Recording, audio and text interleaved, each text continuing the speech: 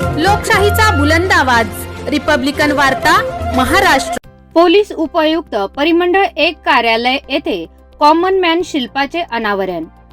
मुख्यमंत्री देवेंद्र फडणवीस यांच्या उपस्थितीत कॉमन मॅन पोलीस शिल्पाचे अनावरण। माननीय मुख्यमंत्री यांनी 100 दिवसीय कालावधीत सर्व प्रशासकीय विभागांना 7 कलमी कार्यक्रम राबविण्यास आदेशित केले होते। या अंतर्गत सर्व कार्यालयाचे नूतनीकरण व सुशोभीकरण करणे अपेक्षित होते।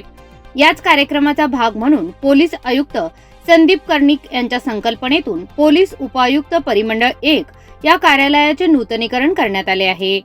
या अंतर्गत परिमंडळ 1 कार्यालय आवारात शरणपूर सिग्नल समोर कॉमन मॅन पोलीस हे शिल्प उभारण्यात आले आहे।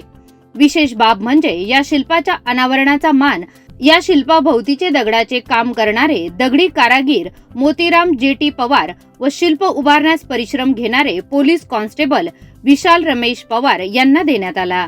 या दोघांची नावे कोनशिलेवर सर्वांच्या वर टाकण्यात आली आहेत।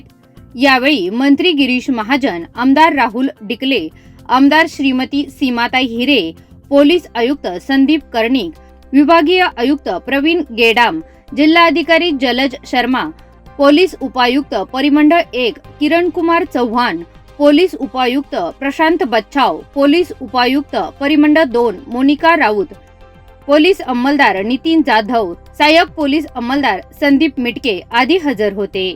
या शिल्पातून नाशिक पोलीस आयुक्तालयाने पोलीस हे शासक नसून सेवक आहेत व सदैव सामान्य नागरिकांच्या पाठीशी आहेत असा संदेश दिला आहे।